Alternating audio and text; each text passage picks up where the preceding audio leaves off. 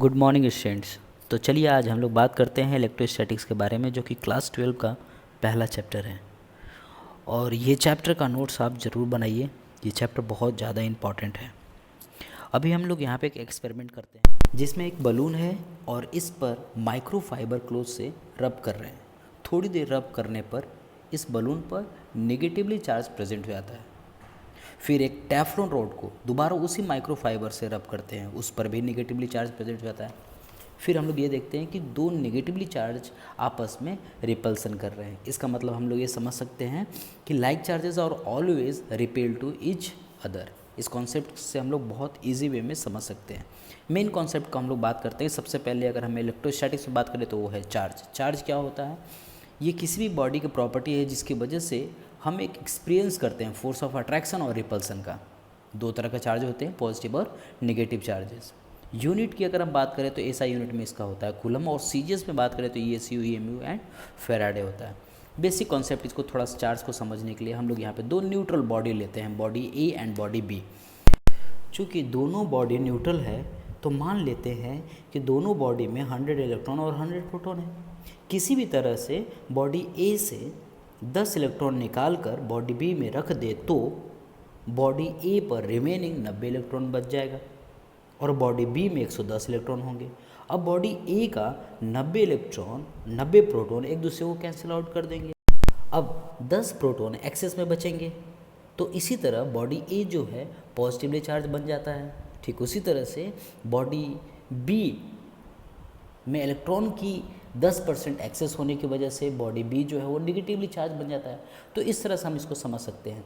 Relation between unit of charge 1 coulomb is equal to 3 × 10⁻⁹ ESU, 1 coulomb is equal to 1/10 EMU and 1 coulomb is equal to 96500 faraday. ये बहुत simple है, आपको याद करना पड़ेगा। इससे नोट डाउन करके आप इसे याद करिए।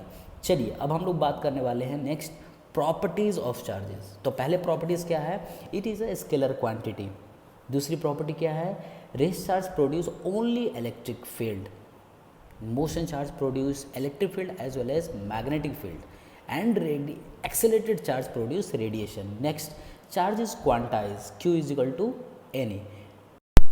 Charge is invariant. क्या मतलब हुआ कि मास स्पीड ऑफ लाइट में तो बदल सकता है लेकिन चार्ज नहीं बदल सकता है according to Einstein. Conserve in nature. Conserve in nature का मतलब कंजर्वेटिव इन नेचर होता है, ना ही क्रिएट कर सकते हैं ना ही डिस्ट्रॉय कर सकते हैं। Next, like charges repel each other, unlike charges attract each other. तो यहाँ तक ये प्रॉपर्टी था। नेक्स्ट बात करते हैं हम इसमें ट्रांसफ़र ऑफ चार्जेस। दो तरह से हम ट्रांसफ़र कर सकते हैं, बाय रबिंग और फ्रिक्शन, और दूसरा जो है वो है इंडक्शन। ये दो तरह से हम चार्जेस को ट्रांसफ़र कर सकते हैं। अभी हमने जो एक्सपेरिमेंट देखा था उसमें रबिंग के ही थ्रू देखा था, बलून और माइक्रोफाइबर क्लोथ्स में बात करी थी। एक और एग्जांपल देखते हैं बाय फ्रिक्शन का, और यहाँ पे एक और एक्सपेरिमेंट देखते हैं। ये पहले एक दूसरे पे अट्रैक्ट नहीं कर रहे हैं क्योंकि दोनों ही न्यूट्रल हैं। अब इसको हेयर से रब करते हैं। रब करने के बाद अब हम इसे कॉम को चार्ज कर दिए हैं, अब ये अट्रैक्ट हो रहा है। अब हम बात करते हैं इंडक्शन के बारे में। यहाँ आप लेफ्ट साइड वाले पिक्चर में बॉडी ए को देखें, वह एक न्यूट्रल बॉडी है। उस न्यूट्रल बॉडी के पास एक नेगेटिव चार्ज वाले रॉड को रखने पर उस न्यूट्रल बॉडी चार्ज का सेपरेशन होता है। आप देख सकते हो बी पार्ट में, इसे हम पोलराइजेशन कहते हैं। जिस तरफ नेगेटिव चार्ज वाले रॉड को रखा है उस तरफ बॉडी में पॉजिटिव चार्ज आ गया और दूसरी तरफ नेगेटिव चार्ज। अगर पार्ट सी में देखें तो एक कंडक्टिंग वायर से अर्थिंग किया हुआ है, जिससे नेगेटिव चार्ज अर्थ में चला जाता है और उस बॉडी पर सिर्फ पॉजिटिव चार्ज बचता है। या आप पार्ट डी में देख सकते हैं। तो इस तरह एक न्यूट्रल बॉडी को बिना टच किए पॉजिटिव चार्ज बना दिया गया। इसी को हम इंडक्शन कहते हैं।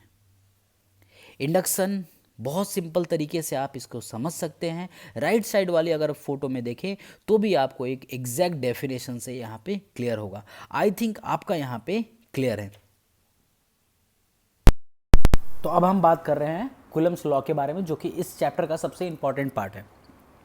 अगर हम इसमें समझे ध्यान से तो कूलम्स ने ये बताया कि किसी भी 2 पॉइंट चार्जेस के बीच में फोर्स कितना लगेगा, किस डायरेक्शन में लगेगा।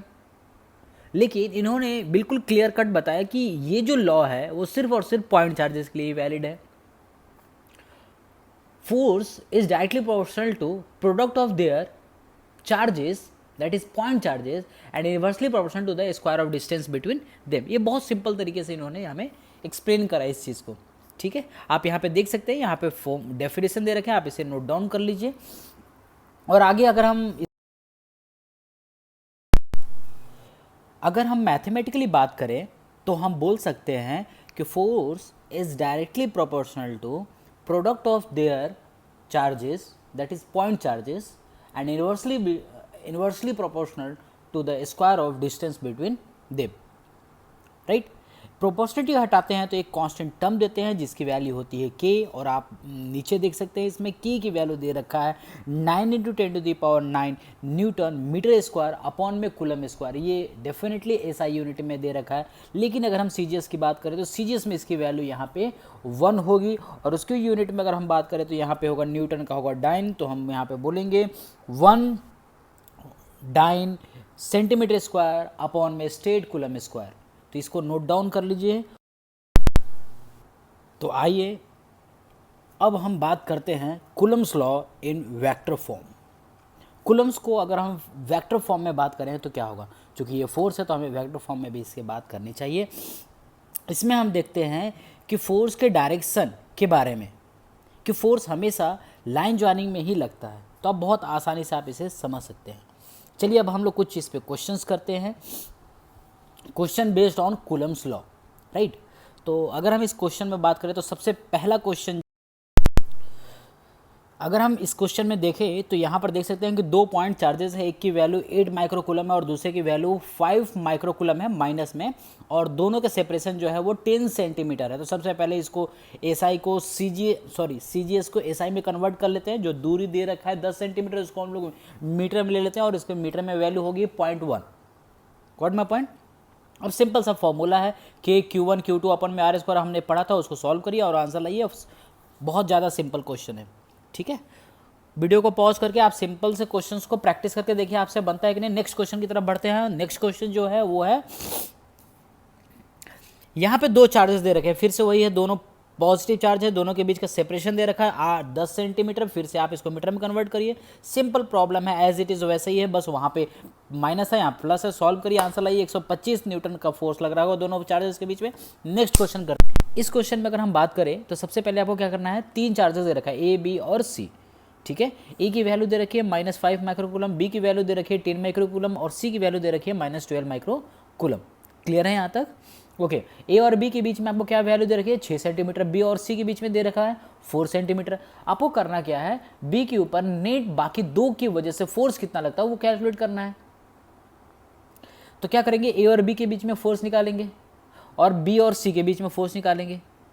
फॉर्मूला KQ1 Q2 अपन में R स्क्वायर। अब क्या करेंगे, दोनों का सम कर देंगे, लेकिन जब सम करेंगे तो दोनों का डायरेक्शन तो उल्टा होगा। भाई दोनों का डायरेक्शन उल्टा इसलिए होगा क्योंकि ए जो है वो निगेटिव है, बी सी भी क्या है निगेटिव, तो दोनों को रिपल्स है। तो सॉल्व करेंगे तो बहुत इजी में आंसर आ जाएगा।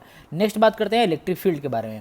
इलेक्ट्रिक फील्ड क्या है, एक ऐसा स्पेस जहाँ से कोई दूसरा चार्ज उस फील्ड में इंटर करेगा तो उसको फोर्स ऑफ अट्रैक्शन और रिपल्सन महसूस होगा, उसको हम लोग क्या बोलेंगे, इलेक्ट्रिक फील्ड। बहुत सिंपल तरीके से हम यहाँ पे समझ सकते हैं, the space around any positive और negative charge whenever another charge enters into that space it experiences force of attraction और रिपल्सन। अब हम बात करने वाले हैं टाइप्स ऑफ इलेक्ट्रिक फील्ड के बारे में। अब वैसे कई सारे बुक्स में 4 टाइप्स के दिए हुए थे, time varying electric field, distance varying electric field, है ना, अलग अलग कांस्टेंट वेरिंग इलेक्ट्रिक फील्ड भी होता है। तो यहाँ पे जो मेनली होता है वो 2 ही तरह का होते हैं, यूनिफॉर्म और नॉन यूनिफॉर्म। इसी का सब टाइप्स करा जाता है। यूनिफॉर्म उसको बोलते हैं जिसके अंदर मैग्नीट्यूड और डायरेक्शन नहीं बदल रहा हो टाइम के रेस्पेक्ट में, और नॉन यूनिफॉर्म की अगर हम बात करें तो वो टाइम के रेस्पेक्ट में बदल रहा होता है, बस यही अंतर है।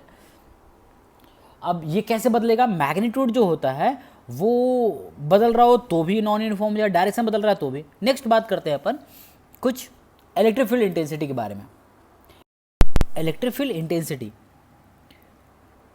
is the measure of the strength of electric field at any point. It is equal to the electric force per unit charge experienced by a test charge which is placed at that point. कहने का मतलब ये है कि एक space, जो अभी हमने इलेक्ट्रिक फील्ड में बात करी, एक स्पेस है, उसके अंदर में अगर कोई दूसरे चार्ज को रखेंगे तो उस पर कितना इंटेंसिटी लग रहा है, दैट मीन्स कितना फोर्स लग रहा है ना, तो उसकी मैग्नीट्यूड की वैल्यू क्या होगी, राइट, फोर्स की मैग्नीट्यूड की वैल्यू क्या होगा। अगर हम इसकी मैथमेटिकली बात करें तो हम ऐसी बात कर सकते हैं, that is the force per unit charge. उसमें फोर्स कितना लग रहा है उस चार्ज के पॉइंट ऑफ व्यू से अगर हम बात करें तो, ठीक है। अब हम बात करते हैं electric field intensity due two point charges, उसका डेरिवेशन।